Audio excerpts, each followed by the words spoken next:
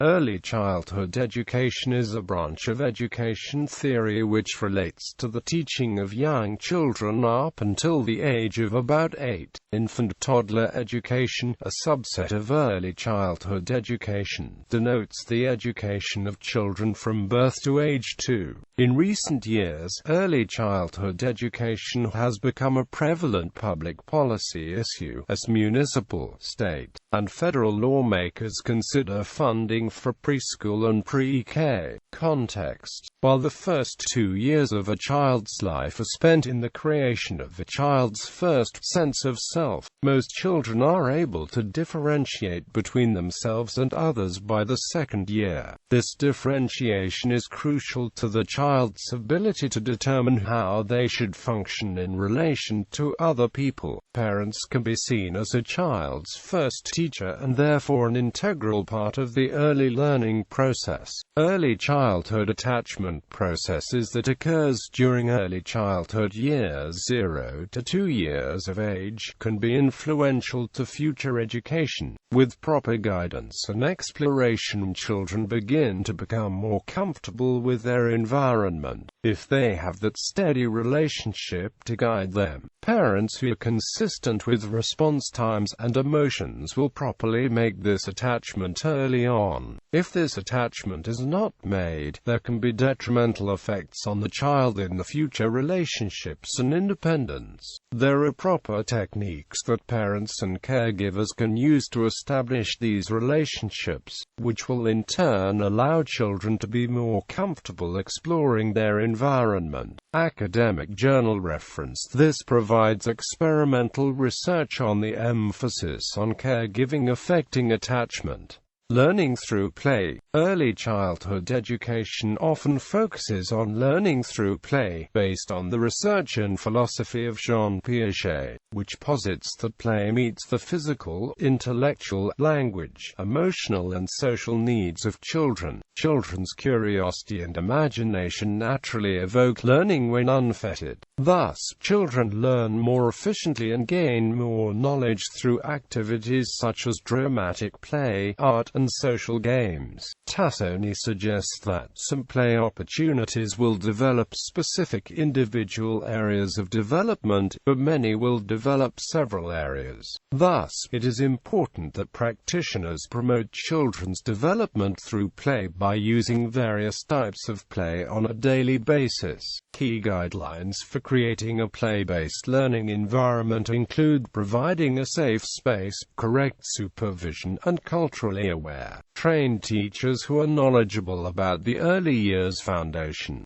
Davey states that the British Children's Act of 1989 links to play work as the Act works with play workers and sets the standards for the setting, such as security, quality, and staff ratios. Learning through play has been seen regularly in practice as the most versatile way a child can learn. Margaret Macmillan suggested that children should be given free school meals, fruit and milk, and plenty of exercise to keep them physically and emotionally healthy. Rudolf Steiner believed play allows children to talk, socially interact, use their imagination and intellectual skills. Marie Montessori believed that children learn through movement and the senses and after doing an activity using the senses. In a more contemporary approach, organizations such as the National Association of the Education of Young Children promote child-guided learning experiences, individualized learning, and developmentally appropriate learning as tenets of early childhood education. Piaget provides explanation and for why learning through play is such a crucial aspect of learning as a child. However, due to the advancement of technology, the art of play has started to dissolve and has transformed into playing through technology.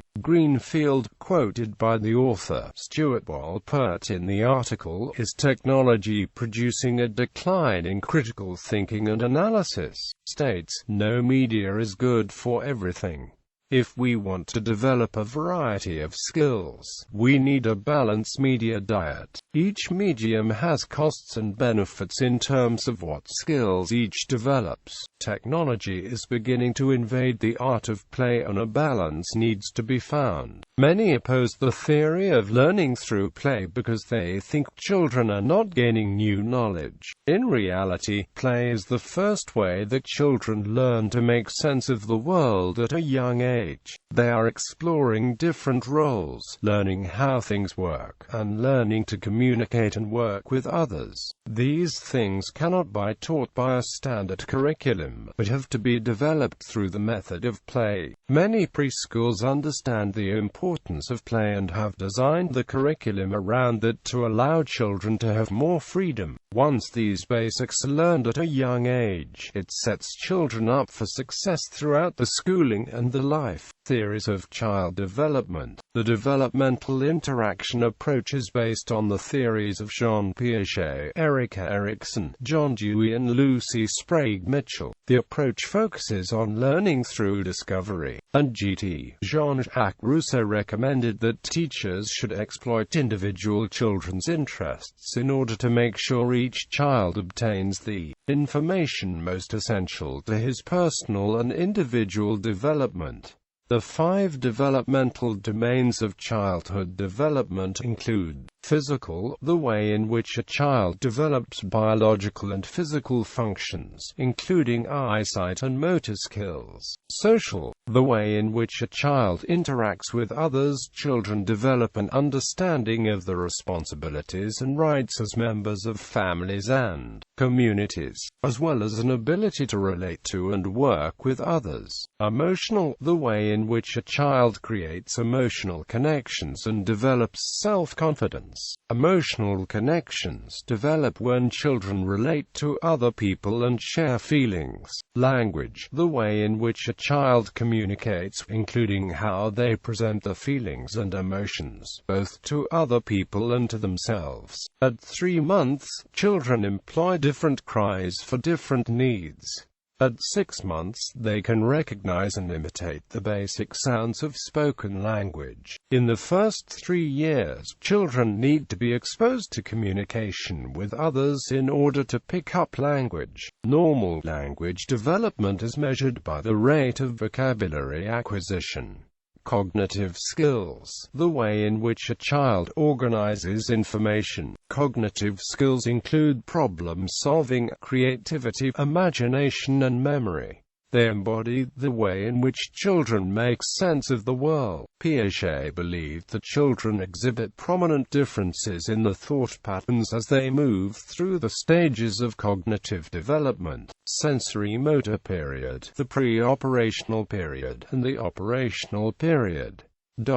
Vygotsky's sociocultural learning theory. Russian psychologist Lev Vygotsky proposed a sociocultural learning theory that emphasized the impact of social and cultural experiences on individual thinking and the development of mental processes. Vygotsky's theory emerged in the 1930s and is still discussed today as a means of improving and reforming educational practices. Vygotsky argued that since cognition occurs within a social context, our social experiences shape our ways of thinking about and interpreting the world. Although Vygotsky predated social constructivists, he is commonly classified as one. Social constructivists believe that an individual's cognitive system is a result of interaction in social groups and that learning cannot be separated from social life. Vygotsky proposed that children learn through their interactions with more knowledgeable peers and adults. His concept of the zone of proximal development is the difference between what a learner can do without help and what a learner can do with help. According to Vygotsky, what is in the zone of proximal development today will be the actual developmental level tomorrow. This theory heavily influenced contemporary early educational practices by increasing focus on material within the ZPD. Vygotsky proposed that children should be taught materials that employ mental processes within the ZPD. ZPD encourages early childhood educators to adopt scaffolding, in which a teacher adjusts support to fit a child's learning needs. Scaffolding requires specially trained teachers, a differentiated curriculum, and additional learning time. Vygotsky advocated that teachers facilitate rather than direct student learning. His approach calls for teachers to incorporate students' needs and interests when developing curricula. Every student should actively participate in a reciprocal interaction with their classmates and educators. Vygotsky's socio-cultural learning theory has also proven especially important for the education of the mentally disabled. According to Vygotsky, special education was the creation of what he called a positive differential approach, that is, the identification of a disabled child from a point of strength rather than disability. Providing the appropriate scaffolding enables students with special needs to develop abstract thinking. Piaget's constructivist theory. Jean Piaget's constructivist theory gained influence in the 1970s and 80s. Although Piaget himself was primarily interested in a descriptive psychology of cognitive development, he also laid the groundwork for a constructivist theory of learning. Piaget believed that learning comes from within. Children construct their own knowledge of the world through experience and subsequent reflection. He said that, if logic itself is created rather than being inborn, it follows that the first task of education is to form reasoning. Within Piaget's framework, teachers should guide children in acquiring their own knowledge rather than simply transferring knowledge. According to Piaget's theory, when young children encounter new information, they attempt to accommodate and assimilate it into their existing understanding of the world. Accommodation involves adapting mental schemas and representations in order to make them consistent with reality. Assimilation involves fitting new information into the pre-existing schemas. Through these two processes, young children learn by equilibrating the mental representations with reality. They also learn from mistakes. A Piagetian approach emphasizes experiential education. In school, experiences become more hands-on and concrete as students explore through trial and error. Thus, crucial components of early childhood education include exploration, manipulating objects, and experiencing new environments. Subsequent reflection on these experiences is equally important. Piaget's concept of reflective abstraction was particularly influential in mathematical education. Through reflective abstraction, children construct more advanced cognitive structures out of the simpler ones they already possess. This allows children to develop mathematical constructs that cannot be learned through equilibration, making sense of experiences through assimilation and accommodation alone. According to Piagetian theory, language and symbolic representation is preceded by the development of corresponding mental representations. Research shows that the level of reflective abstraction achieved by young children was found to limit the degree to which they could represent physical quantities with written numerals. Piaget held that children can invent their own procedures for the four arithmetical operations without being taught any conventional rules. Piaget's theory implies that computers can be a great educational tool for young children when used to support the design and construction of their projects. McCarrick and Sioming found that computer play is consistent with this theory. However, Plowman and Stephen found that the effectiveness of computers is limited in the preschool environment. The results indicate that computers are only effective when directed by the teacher. This suggests, according to the constructivist theory, that the role of preschool teachers is critical in successfully adopting computers. Kolb's experiential learning theory. David Kolb's experiential learning theory which was influenced by John Dewey, Gert Lewin and Jean Piaget, argues that children need to experience things in order to learn. The process whereby knowledge is created through the transformation of experience. Knowledge results from the combinations of grasping and transforming experience. The experimental learning theory is distinctive in that children are seen and taught as individuals. As a child explores and observes, teachers ask the child probing questions.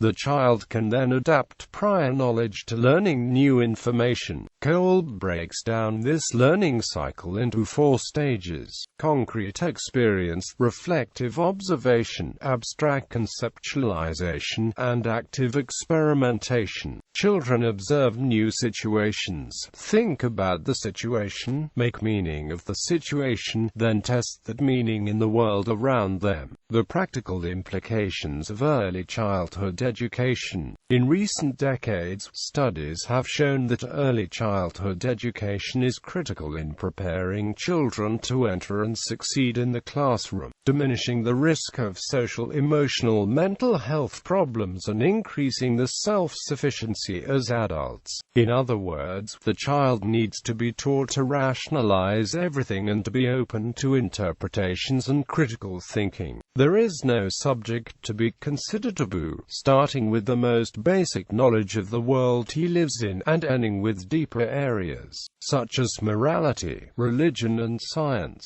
Visual stimulus and response time as early as 3 months can be an indicator of verbal and performance IQ at age 4 years. By providing education in a child's most formative years, ECE also has the capacity to preemptively begin closing the educational achievement gap between low and high-income students before formal schooling begins. Children of low socioeconomic status often begin school already behind the higher SES peers, on average, by the time they are 3. Children with high SES have 3 times the number of words in the vocabularies as children with low SES. Participation in ECE, however, has been proven to increase high school graduation rates, improve performance on standardized tests, and reduce both grade repetition and the number of children placed in special education, especially since the first wave of results from the Preschool project were published. There has been widespread consensus that the quality of early childhood education programs correlate with gains in low-income children's IQs and test scores, decreased grade retention, and lower special education rates. Several studies have reported that children enrolled in ECE increased their IQ scores by 4 to 11 points by age 5, while a Milwaukee study reported a 25-point gain. In addition, students who had been enrolled in the Obesitarian project, and often cited ECE study, scored significantly higher on reading and math tests by age 15 than comparable students who had not participated in early childhood programs. In addition, 36% of students in the Obesitarian preschool study treatment group would later enroll in 4-year colleges compared to 14% of those in the control group. Beyond benefiting societal good, ECE also significantly impacts the socio-economic outcomes of individuals. For example, by age 26, students who had been enrolled in Chicago child parent centers were less likely to be arrested, abuse drugs, and receive food stamps. They were more likely to have high school diplomas, health insurance, and full-time employment. The Preschool project. In Ypsilanti, Michigan, 3- and 4-year-olds from low-income families were randomly assigned to participate in the preschool. By age 18, they were 5 times less likely to have become chronic lawbreakers than those who were not selected to participate in the preschool. The preschool study also found that low-income individuals who were enrolled in a quality preschool program earned on average, by age 40, $5,500 per year more than those who were not. The Perry preschool study produced a total benefit-cost ratio of 17:1, with participants on average earning higher incomes, more likely to own their own homes, and less likely to be on welfare. The authors of the Perry preschool project also propose that the return on investment in education declines with the student's age. This study is noteworthy because it advocates for public spending on early childhood programs as an economic investment in a society's future, rather than in the interest of social justice. In 2008, Michael L. Anderson re-examined the data from Perry and similar projects and found girls garnered substantial short- and long-term benefits from the interventions. However, there were no significant long-term benefits for boys. Early childhood education policy in the United States. In the past decade, there has been a national push for state and federal policy to address the early years as a key component of public education. At the federal level, the Obama administration made the race to the top early learning challenge a key tenet of their education reform initiative, awarding $500 million to states with comprehensive early childhood education plans. In addition, a largely Democratic contingent sponsored the Strong Start for America's Children Act in 2013, which provides free early childhood education for low-income families. Specifically, the act would generate the impetus and support for states to expand ECE, provide funding through formula grants and Title II, III and IV funds, and hold participating states accountable for Head Start early learning standards. Head Start grants are awarded directly to public or private non-profit organizations, including community-based and faith-based organizations, or for-profit agencies within a community that wish to compete for funds. The same categories of organizations are eligible to apply for early Head Start, except that applicants need not be from the community they will be serving. Many states have created new early childhood education agencies. Massachusetts was the first state to create a consolidated department focused on early childhood learning and care. Just in the past fiscal year, state funding for public in Minnesota, the state government created an early learning scholarship program, where families with young children meeting free and reduced price lunch requirements for kindergarten can receive scholarships to attend ECE programs. In California, Senator Darrell Steinberg led a coalition to pass the Kindergarten Readiness Act, which creates a state early childhood system supporting children from birth to age 5 and provides access to ECE for all 4-year-olds in the state. It also created an early childhood office charged with creating an ECE curriculum that would be aligned with the K-12 continuum. State funding for pre-K increased by $363.6 million to a total of $5.6 billion, a 6.9% increase from 2012 to 2013. 40 states fund pre-K programs. Currently, one of America's larger challenges regarding ECE is a dearth in workforce, partly due to low compensation for rigorous work. The average early childhood teaching assistant earns an annual salary of $10,500, while the highest paid early childhood educators earn on average $18,000 per year. The turnover of ECE staff averages 31% per year. Another challenge is to ensure the quality of ECE programs. Because ECE is a relatively new field, there is little research and consensus into what makes a good program. However, the National Association of the Education of Young Children is a national organization that has identified evidence-based ECE standards and accredits quality programs, continuing the leadership role it established with the Common Education Corps. The federal government could play a key role in establishing ECE standards for states. The American legal system has also played a hand in public ECE. State adequacy cases can also create a powerful legal impetus for states to provide universal access to ECE, drawing upon the rich research illustrating that by the time they enter school, students from low-income backgrounds are already far behind other students.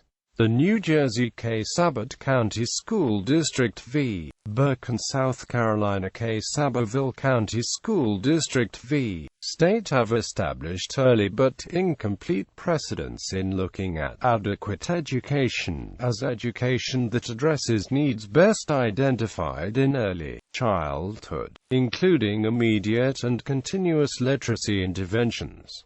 In the 1998 case of Abbott v. Burke, the New Jersey Supreme Court required New Jersey's poorest school districts to implement high-quality ECE programs and full-day kindergarten for all 3- and 4-year-olds, beyond ruling that New Jersey needed to allocate more funds to preschools in low-income communities in order to reach educational adequacy. The Supreme Court also authorized the State Department of Education to cooperate with existing early childhood and daycare programs in the community to implement universal access.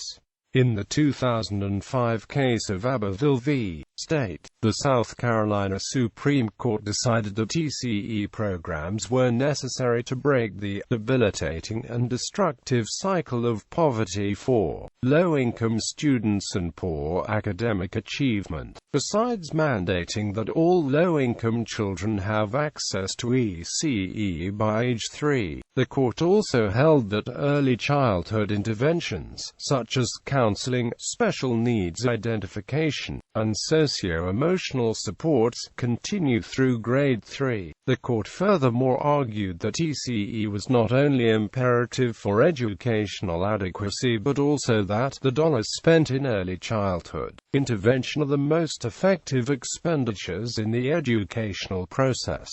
International agreements. The First World Conference on Early Childhood Care and Education took place in Moscow from 27 to 29 September 2010, jointly organized by UNESCO and the city of Moscow. The overarching goals of the conference are to reaffirm ECE as a right of all children and as the basis for development, take stock of the progress of member states towards achieving the EFA Goal 1, identify binding constraints toward making the intended equitable expansion of access to quality ECE services, establish more concretely benchmarks and targets for the EFA Goal 1 toward 2015 and beyond, identify key enablers that should facilitate member states to reach the established targets, promote global exchange of good practices. According to UNESCO, a preschool curriculum is one that delivers educational content through daily activities and furthers a child's physical, cognitive and social development. Generally, preschool curricula are only recognized by governments if they are based on academic research and reviewed by peers. Preschool for Child Rights have pioneered into preschool curricula areas and is contributing into child rights through the preschool curriculum. Notable early childhood educators: